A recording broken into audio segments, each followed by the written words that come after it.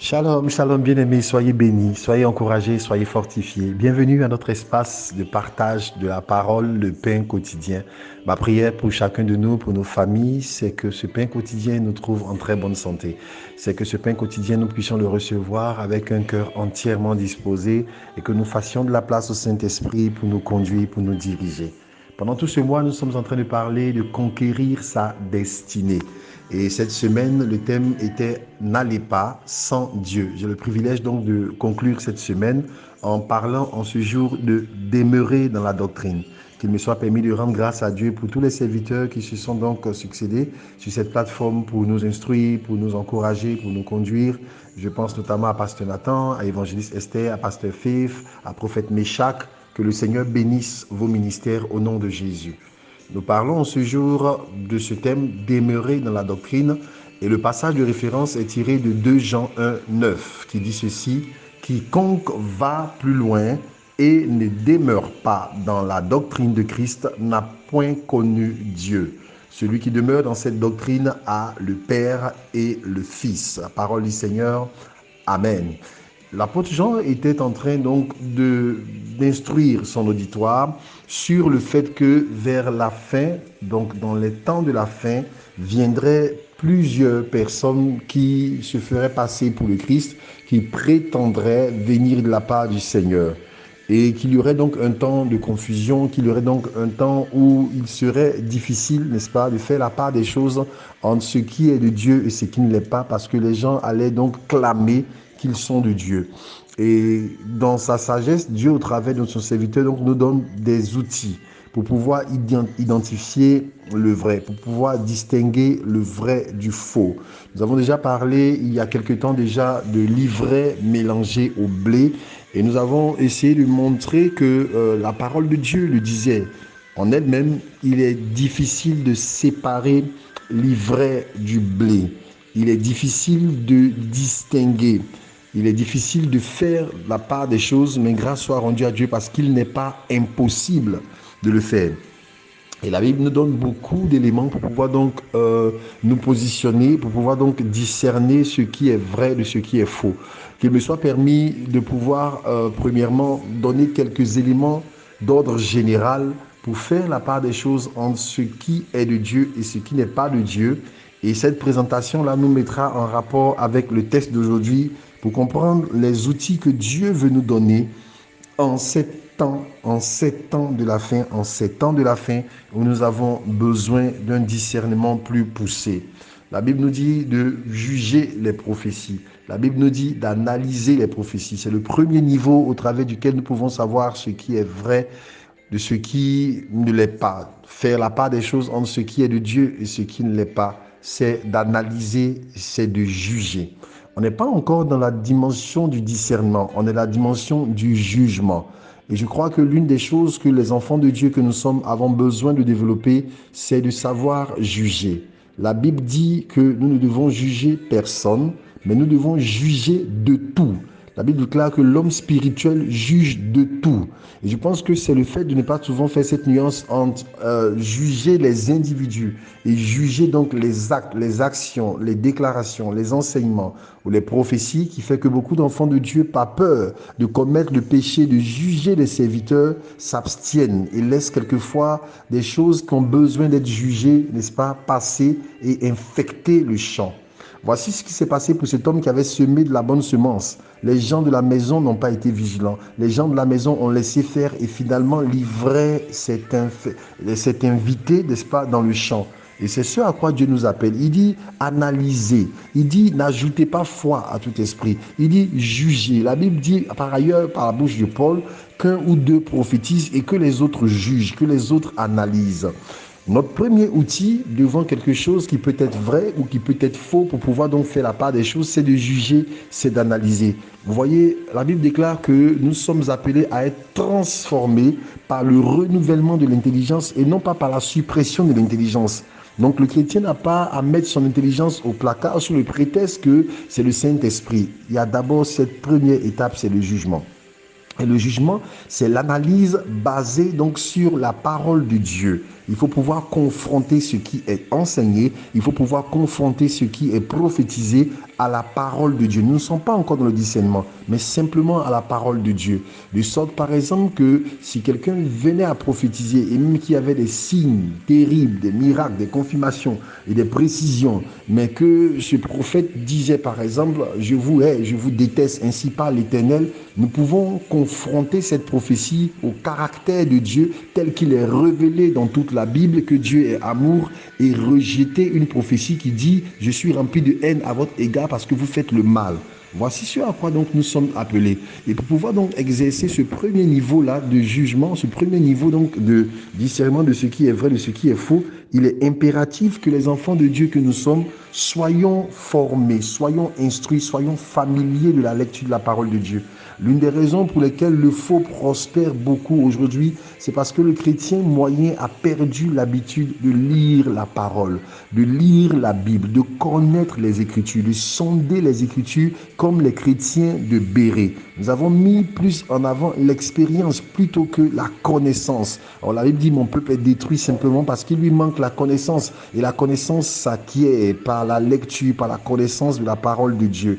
La première manière dont Dieu va parler à chacun d'entre nous, c'est au travers de sa parole. Les premières choses que Dieu va commencer à vous dire, c'est au travers de sa parole. Il a dit, il vous rappellera les choses que je vous ai enseignées. Donc, ça ne devrait pas être un scandale que les enfants de Dieu, c'est même un commandement dans l'Assemblée, puissent juger, analyser les prophéties, les enseignements et pouvoir dire ça, nous trouvons que c'est conforme à la parole, ça, nous avons des réserves par rapport à telle chose. Et c'est extrêmement important que nous puissions avoir cette mentalité de sorte à préserver le corps de beaucoup de choses. Amen. Le second niveau, c'est celui maintenant du discernement.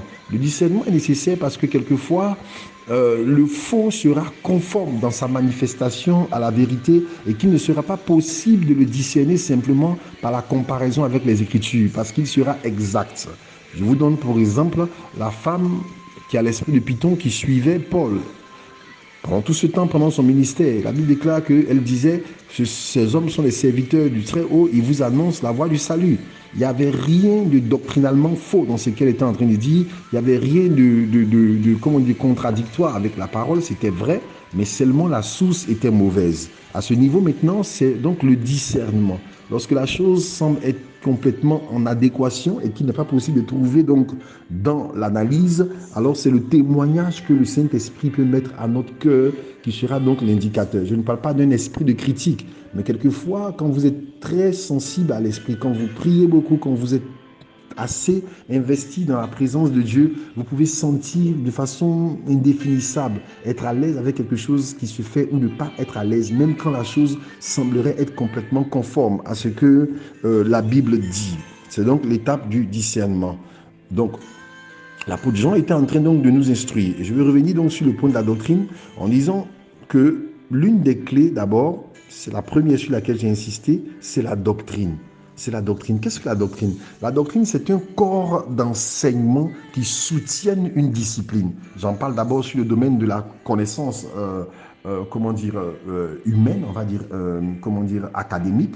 La doctrine, c'est l'ensemble, c'est un corps de connaissances et de réflexion et de principes qui soutiennent une discipline, notamment en sciences humaines. Il y a de la doctrine en droit, la doctrine en sciences sociales, c'est ce que les gens ont écrit qui présente le canon, la manière dont cette matière doit être conduite.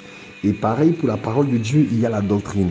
La doctrine, c'est le corps d'enseignement, n'est-ce pas, qui traverse l'Ancien et qui se retrouve dans le Nouveau Testament, qui pose les fondements de la foi chrétienne, telle qu'elle doit être reçue par rapport au message du Seigneur, telle qu'elle doit être pratiquée, telle qu'elle doit être vécue et telle qu'elle doit être mise en œuvre. Donc la doctrine, c'est un corps d'enseignement qui définit comment nous devons avoir notre rapport avec Dieu, comment nous devons manifester notre rapport avec les autres, avec nous-mêmes, qu'est-ce qu'il faut faire, qu'est-ce qu'il ne faut pas faire, qui prescrit les règles, les limites d'après lesquelles tout ministère doit être exercé.